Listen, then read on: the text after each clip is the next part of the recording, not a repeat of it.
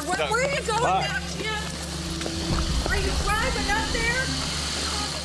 On May 1st, 2001, 11-year-old Leah Henry was captured by a notorious kidnapper on her way back from school. Prior to this, there had been reports of similar cases of abduction, but on each occasion, the kidnapper was never caught. His previous victims included 9-year-old Nykema Augustine and 11-year-old Lisa Bruna. Fortunately, both girls were returned safely to their families' doorsteps after being held for several days. Having slipped through the police net for several months, his nemesis came when he kidnapped Leah. The little girl was a smart kid who outsmarted her captor in every possible way until she gained her freedom. With authorities closing up on him and facing inevitable arrest after the escape of Leah, the kidnapper Cox committed suicide. This is the twisted case of Leah Henry. I remember I picked Kara up and took her to a dental appointment. After I got home from work, I hadn't even gotten out of the car. I just remember seeing my mom running out of our house screaming, "Do you know where Leah is?" I said, "She's not with me, she's got to be with somebody else." At the time, I was more irritated with Leah that where the heck did this kid go? She knows better not to go somewhere and not tell anybody where she is. We looked everywhere, all of her usual hiding spots. We called all of her neighborhood friends. That first night as the sun set, my mom was so distraught. I mean, she was literally like walking around the house, back and forth, back and forth, back and forth. And I heard my mom say, "We need to call the police. Something's just not right." This isn't like Leah. A patrolman did show up. I remember he was concerned that he wasn't going to get his overtime and he was going to have to work late, but he did do one thing that created the biggest shock to me. He talked to one of the neighbors and the neighbor said, "I saw Leah get into a car."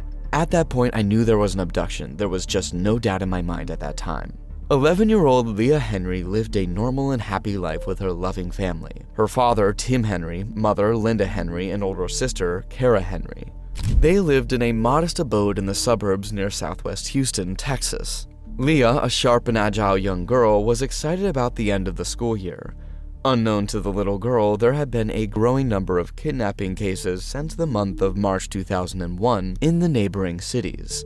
On May 1st, 2001, at around 7:30 a.m., Leah got on her school bus, excited about getting to class as that day was to be a party in school. But by 5 p.m. that day, Leah was yet to come, and her mother, who was seriously panicking, called her dad, worried that she hadn't come home yet. Then the search began. They checked with the school, called her friends, and drove around the neighborhood, but their daughter was nowhere to be found. One neighbor, however, claimed that he saw Leah earlier that day getting into a car with a man. As night drew closer and Leah was yet to be found, they called the police and relatives joined in a search across the city. By May 2nd, Leah had been missing for almost 24 hours. The FBI joined in the search while Leah's parents went on television begging the public for help. They had realized that their little girl was indeed missing. Nearly 200 volunteers responded as the search for Leah Henry intensified. But before Leah's mysterious disappearance, there had also been 2 previous kidnappings with eerie similarities to Leah's case.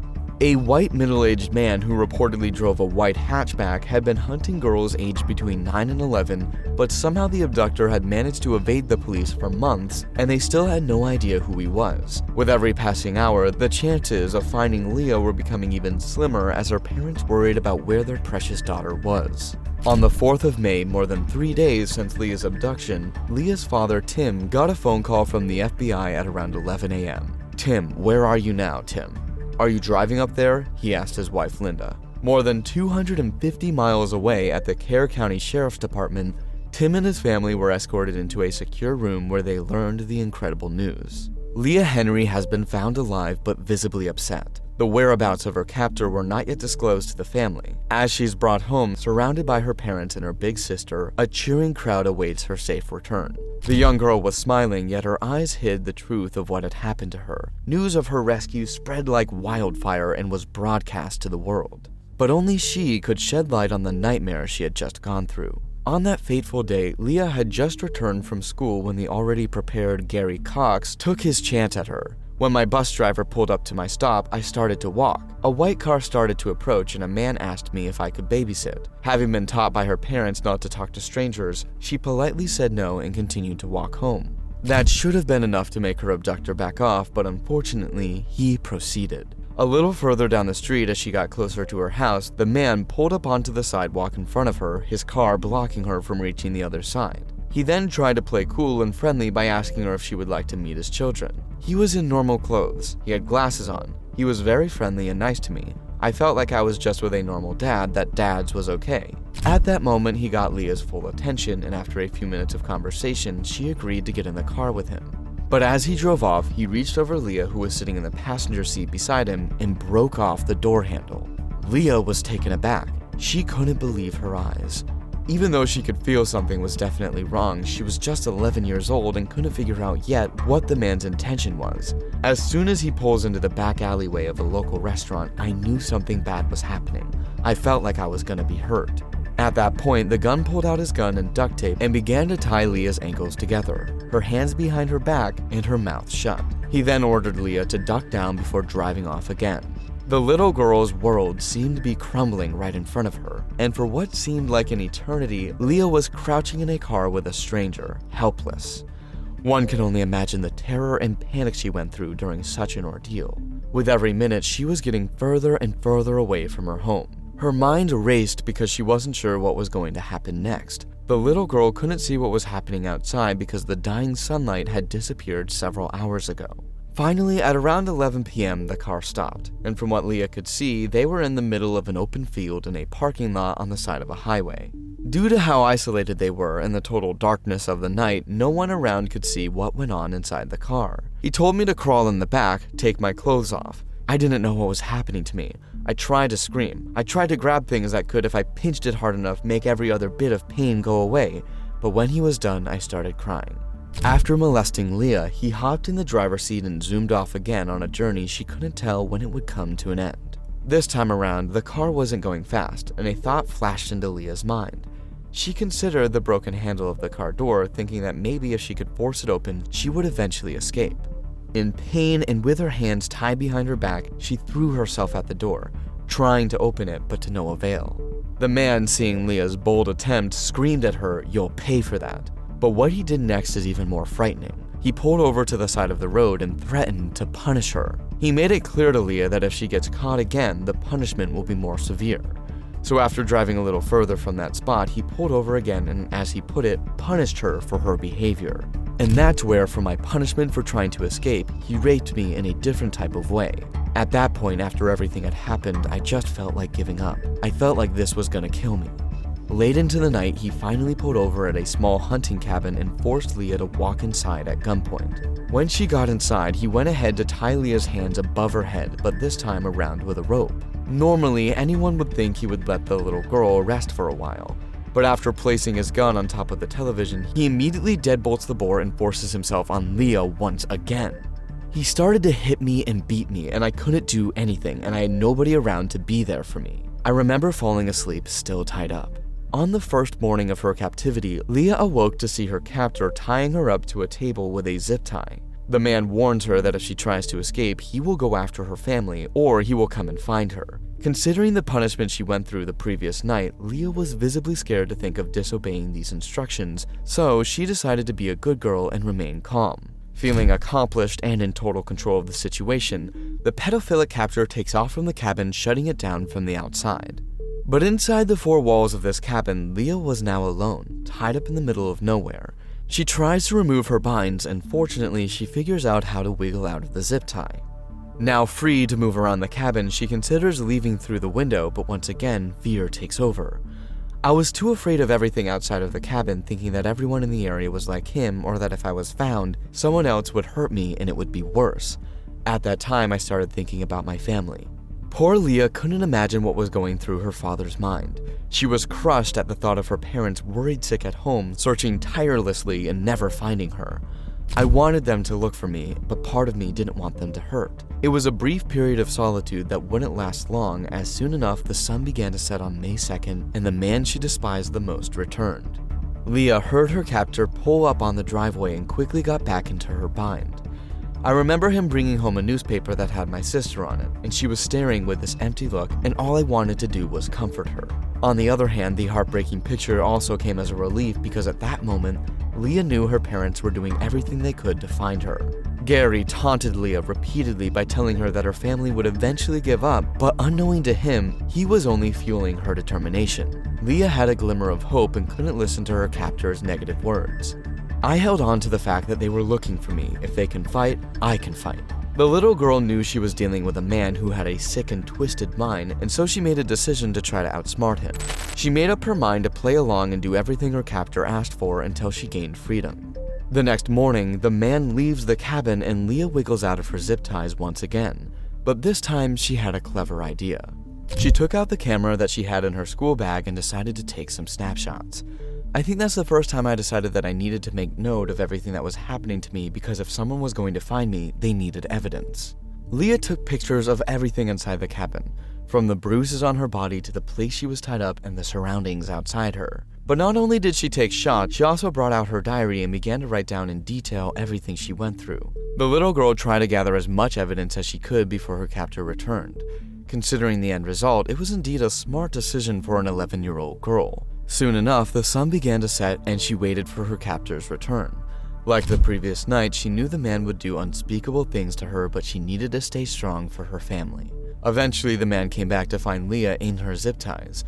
The unsuspecting captor had no idea what had happened when he was away, nor did he know that the clock of Leah's freedom was already ticking.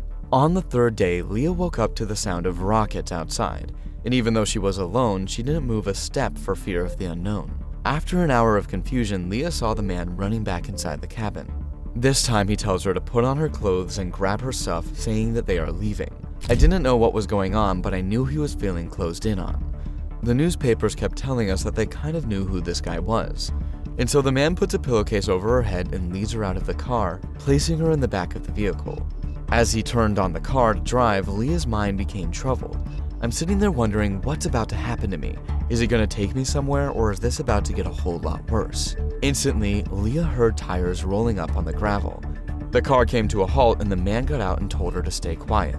Leah was confused about what was going on outside and who was coming up the driveway. I received a call from dispatch that somebody thought they might have seen the suspect vehicle. The leader of the Kerr County Sheriff's Department, Sergeant Beliter, had been investigating Leah's kidnapping case, and following a tip-off that morning, he came to the rescue. Reports had it that around 9:30 a.m. that fateful morning, an unidentified citizen called Sergeant Beliter to report a suspicious vehicle parked at a secluded hunting lease off Texas Highway 16, about 4 miles west of town. I told my wife when I was leaving for work, I'm going to get that guy today. It was divine intervention.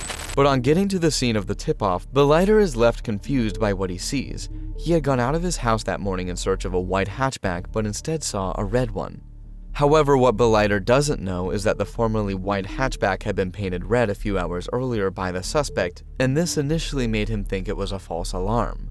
When I got down the road, I saw a vehicle, but it wasn't the right color and it had the wrong license plate on it. Beliter was already losing hope, but just when he was about to leave, he noticed something. I saw somebody in the car. I thought, well, I'll go tell him what I'm doing on their property. As he approached the vehicle, he noticed the driver getting out of it with a revolver in his hand and walking around the back of the car toward the passenger seat. At that moment, Sergeant Beliter sprang into action and yelled at the man.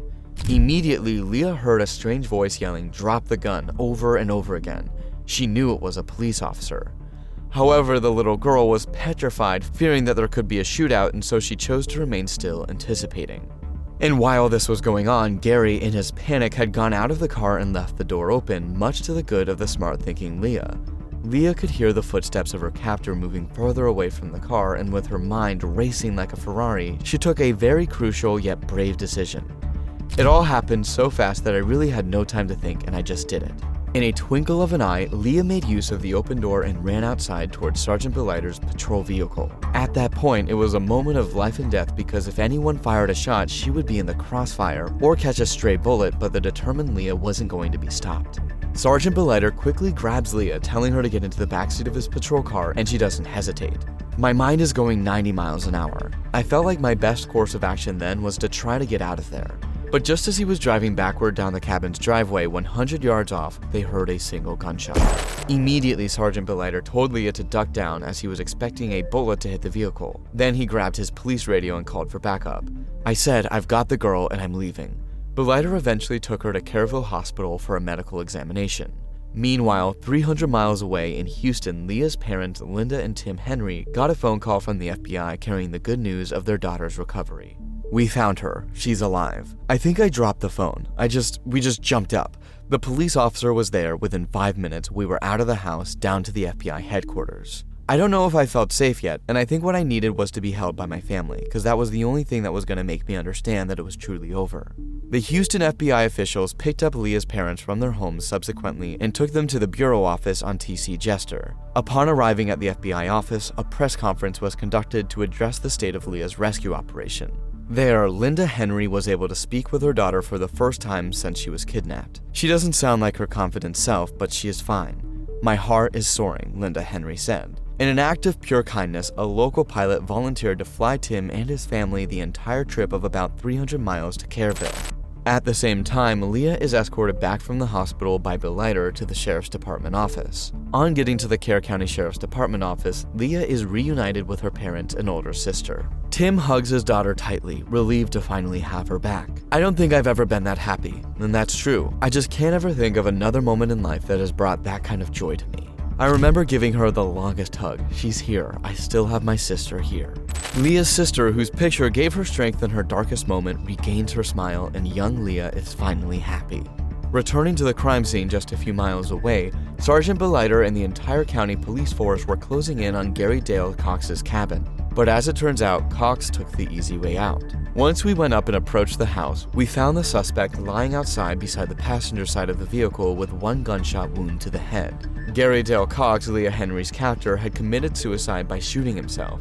He was found dead near his car, which had Missouri license plates rather than the Texas plates it was issued. Apart from changing the car's color to red, the vehicle had also been stripped of most of its Mazda markings.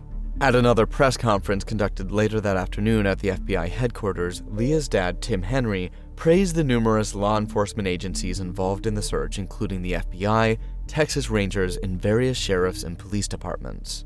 He also went ahead to acknowledge his biggest thank you to the heroic deputy Sergeant David Beliter, who had played a major role in his daughter's rescue. "David, you're my friend for life. You did great. You got my little girl out of there, and I'm just so thrilled to see her again, to see her laugh. She's in there eating some pineapple pizza, which no one else will eat," Mr. Henry said. After all was said and done, they flew back to Houston with a cheering crowd of friends, neighbors, and well-wishers waiting to receive them.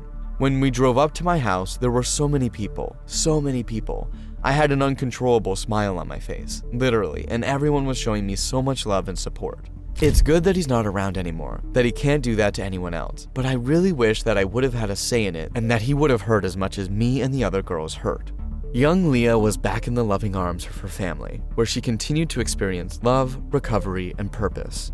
23 years after her horrible kidnapping, she has grown to be a young woman who is bound to succeed in her endeavors no matter what she experienced in the past. She followed her dream of becoming a marine biologist and continues to share her story with the world. "My life actually feels complete, happy, and something worth living for." Her elder sister also made known her happiness over Leah's turnaround in life. "I am extremely proud of Leah. After everything she's gone through, she's really pushed herself to be successful and happy."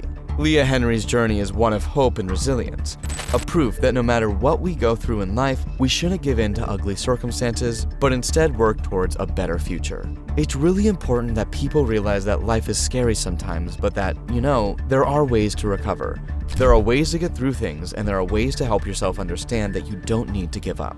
And I was so set on getting home to my family, it was gonna happen no matter what. As we draw the curtain on today's video, we would like to say thanks for staying with us till the end. Kindly like, share, and subscribe to our channel for more. See you in our next video. Bye.